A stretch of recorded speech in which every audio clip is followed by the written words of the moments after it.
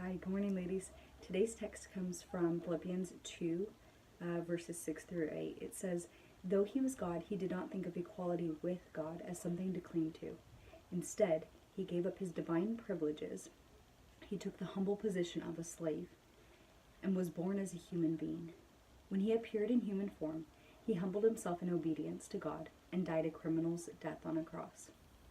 As we near the celebration of Christmas and we reflect on the birth of Christ, I have to admit the idea of Jesus coming in human form has always sort of been an obscure truth to me.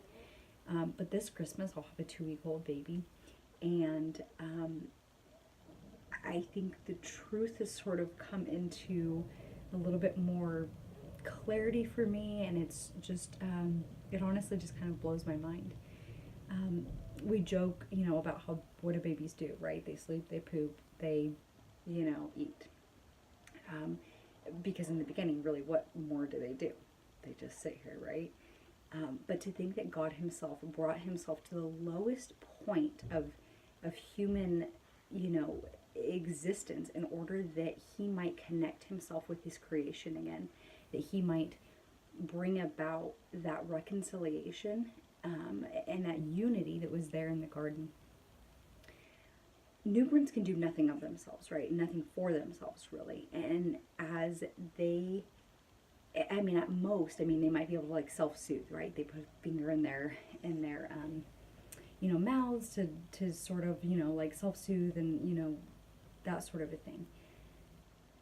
But of all of life's basic functions, they can't really accomplish anything on their own. And so what does this tell us about the nature of God? For me, I think the thing that stands out most is that it shows us that he's willing to do anything. He's willing to go to great lengths to reconcile himself to his people and to his creation. The renowned Christmas hymn says, "Hark the herald angels sing, glory to the newborn King.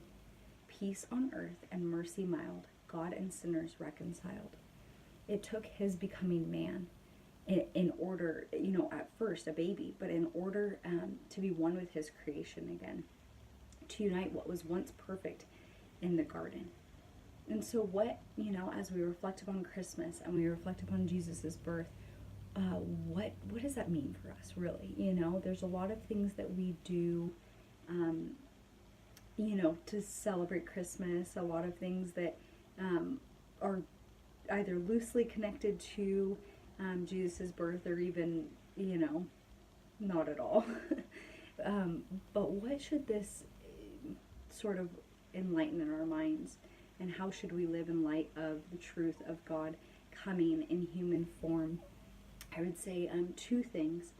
That we acknowledge daily his sacrifice, not only on the cross, but even 33 years prior to the cross, that he would come in human form, and he would come as a lowly baby. And the second thing, that we would realize that God is willing to go to great lengths to save his creation. He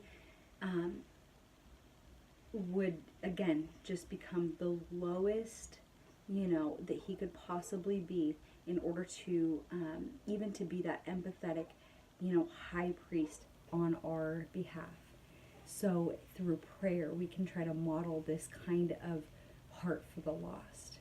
So I think this Christmas, if you haven't already been thinking about how to pray for the lost, to meet those who are unbelievers, let's do that. Let's have that kind of attitude this year as we gather around, tables again, and, sharing a meal with friends and family who do not know Jesus. Let's pray for their salvation. Let's pray that we might be just the light that they see this Christmas. So again, I love you guys, and I hope that you all have a very Merry Christmas, and I will see you guys next week.